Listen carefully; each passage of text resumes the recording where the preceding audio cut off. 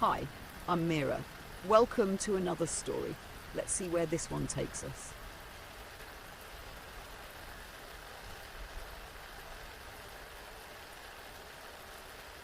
The wind howled through the desert, carrying the scent of scorched sand and despair.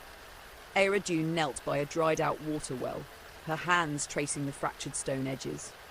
She clenched her jaw, refusing to let her exhaustion show.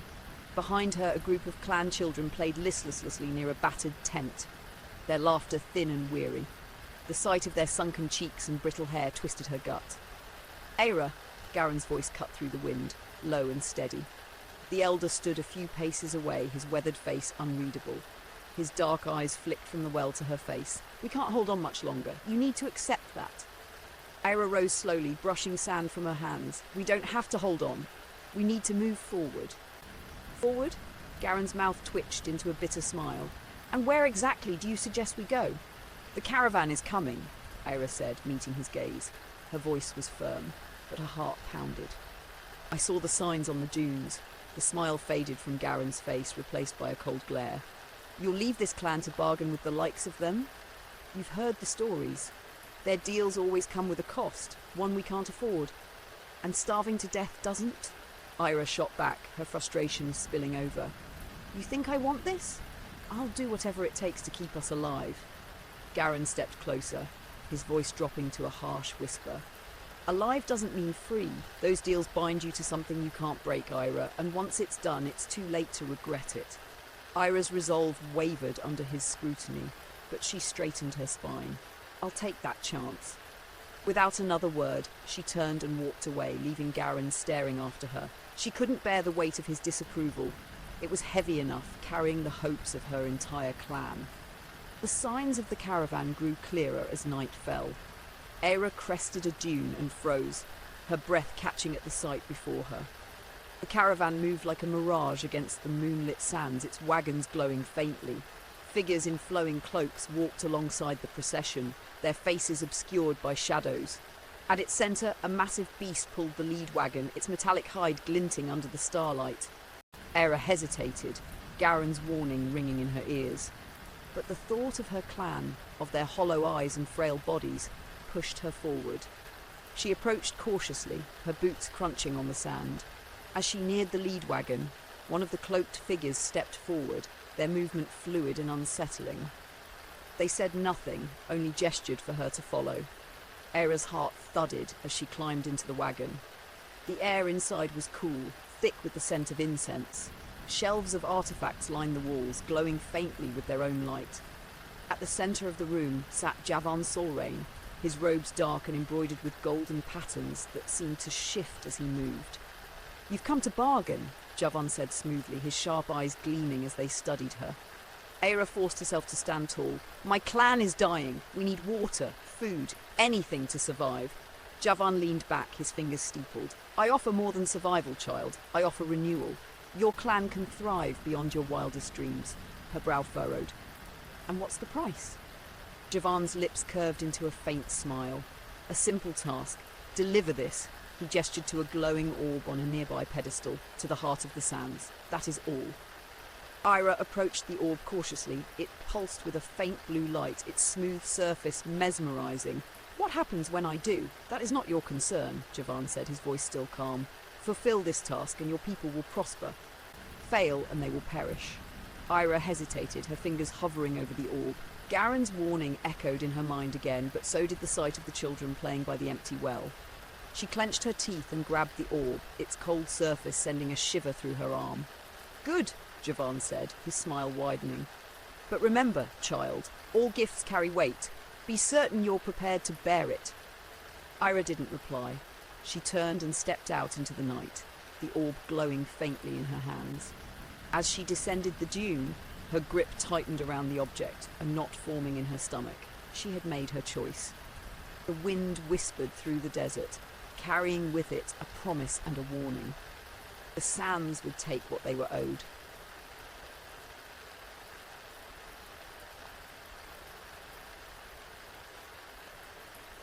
The journey to the heart of the sands was unlike anything Eira had ever experienced. The desert she thought she knew became a foreign place, shifting and alive, with an unsettling energy. The orb in her hands pulsed in time with her heartbeat, its faint glow illuminating the sand in a way that felt unnatural, as though it were pulling her forward. As the sun rose higher, the heat grew oppressive, and the horizon wavered in a shimmering haze. Eira's lips were cracked, her throat dry, but she pressed on. The promise of salvation for her clan drove her forward, even as unease clawed at the edges of her mind. By midday, she reached a jagged formation of rocks jutting from the sand like broken teeth. This was the moor, the threshold to the heart of the sands. The stories said it was a place where the desert bent reality, a forbidden ground even the bravest nomads avoided. Standing at its edge, Eira felt the air change.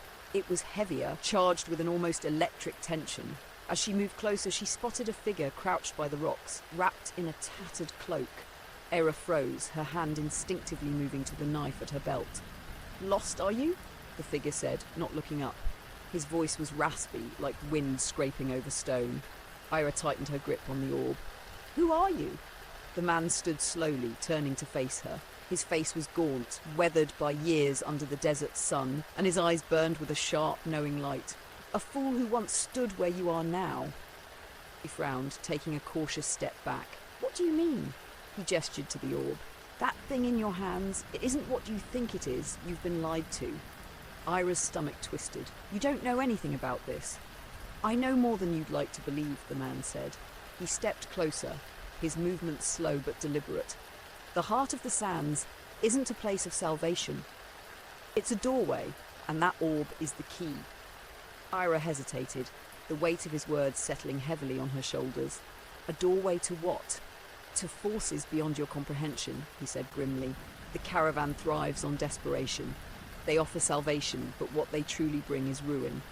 Eira shook her head, her resolve wavering. "They promised my people would thrive. They promised. They promised exactly what you need to hear," the man interrupted, his tone sharp. "And they will take what they need in return." Eira glared at him. "So what am I supposed to do? Turn back and let my clan die?" The man's expression softened, but his voice remained firm.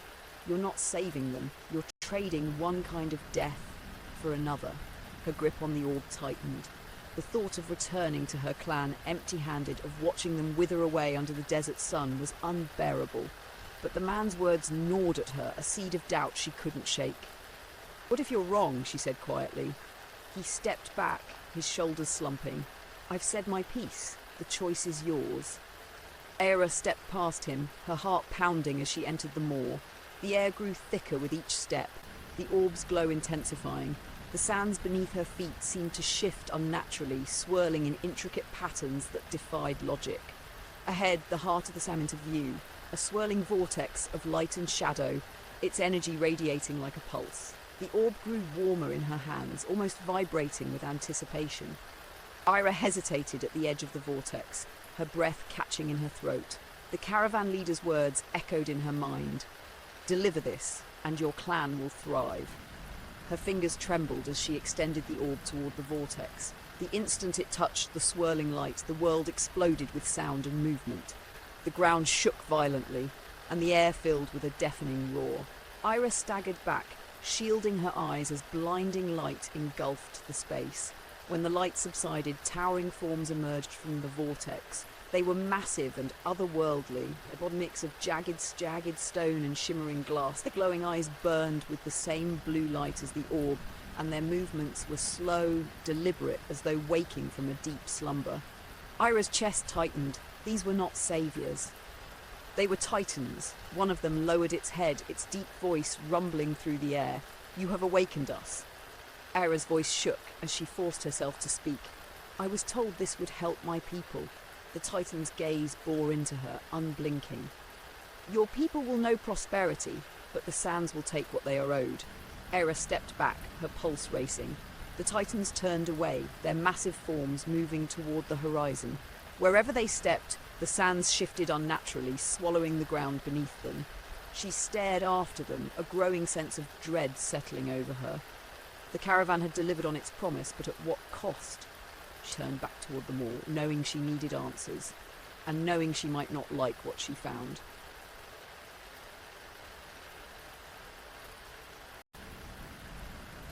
Eira stood frozen at the edge of the moor, her breath shallow as the Titans' massive forms receded into the shimmering horizon. Their presence felt like a wound in the desert, raw and unnatural, as the sands shifted and rippled beneath their steps.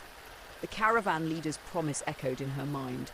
Your clan will thrive beyond imagination. But the Titan's words lingered like an omen. The sands will take what they are owed. Her heart pounded as she turned and began her trek back toward the caravan.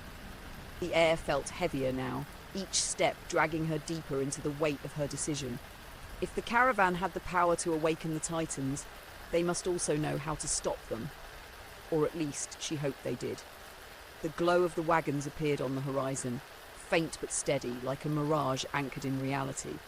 As she approached, the cloaked figures stationed around the caravan turned to watch her, their faces still hidden in shadow. They made no move to stop her, as though they had been expecting her return. Eira climbed into the lead wagon, the cool air inside a sharp contrast to the blazing heat outside. Javan Solrain was waiting for her, seated as if he hadn't moved since their last meeting. His golden-threaded robes shimmered faintly in the dim light, and his sharp eyes gleamed with quiet amusement. "You've returned," he said smoothly, gesturing for her to sit. "I assume you've completed your task?" Eira didn't sit. She stepped forward, her fists clenched at her sides. "What have you done?" she demanded, her voice low and taut. "Those Titans, what are they?" Javan's lips curved into a small, knowing smile. "The Keepers of the Sands," he said, as though the answer should comfort her. "Ancient guardians, long slumbering beneath this desert, awakened only when balance demands it." "Guardians?" Eira's voice rose. "They're destroying everything in their path. You promised this would save my clan."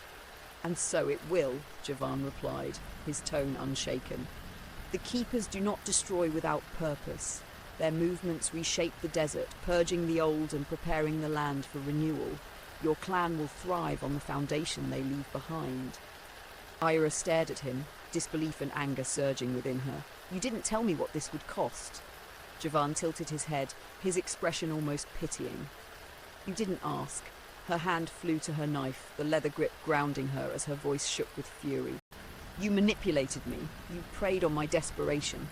Javan sighed, leaning forward slightly. "Desperation is the seed of change, Eira. Your people clung to survival, but you sought something greater. Change demands sacrifice, and you were willing to make it." Eira's grip tightened on her knife, her pulse racing. "There has to be a way to stop them." Javan's gaze hardened, the faint smile vanishing.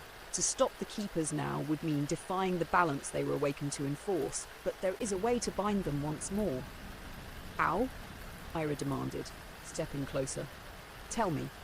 Javan rose slowly, his movements deliberate. "The orb you carried was not merely a key. It is also a conduit, a fragment of the Keeper's power. To seal them again, the orb's energy must be returned to its source, cutting off their connection to this world." Eira frowned. "The orb shattered." Javan nodded. "Its essence remains with you, bound to your will, but severing their connection will require more than resolve. It will require a life." Her breath caught. "What do you mean?" Javan's gaze was steady. "The orb's energy must be channeled through a living vessel, your life for the desert's balance." Eira's mind raced, her heart hammering against her ribs. The weight of his words settled over her like a crushing wave. Could she abandon her clan now, even to save them from this destruction? The thought of the children's faces, hollow and weary, steeled her resolve. "What happens if I don't?" she asked quietly. Javan's voice was calm, almost gentle. "The sands will take what they are owed, your clan will thrive, but the balance will shift again in time, and the cost will be far greater." Eira closed her eyes, the enormity of the decision pressing down on her. Slowly she nodded. "Tell me what I have to do." Eira stood at the heart of the sands once more, the air crackling with energy. The Titans loomed on the horizon, their movements slow but inexorable. She could feel the remnants of the orb's power thrumming in her chest, a faint echo of the energy that had awakened them. She knelt at the vortex, placing her hands on the ground. The energy surged through her, pulling at her very being. The Titans paused, their glowing eyes turning toward her, as if sensing what was about to happen. The pain was immediate and overwhelming, but Eira held her ground. The light from the vortex grew brighter, enveloping her as the ground trembled. The Titans let out a low, mournful roar as their forms began to dissolve, the sands rising to swallow them. As the vortex consumed her, Eira's thoughts turned to her clan. She could only hope her sacrifice would bring them the future she had fought so desperately to secure. The light dimmed, and the desert fell silent once more. Far away, the clan awoke to find the sands transformed, lush oases blooming where there had been nothing but desolation. Garen stood at the edge of the camp, staring at the horizon with a heavy heart, knowing what it must have cost. Eira was gone, but her legacy would live on, etched into the shifting sands of the desert she had saved. Thanks for listening. If the story stuck with you, come back next time for another journey.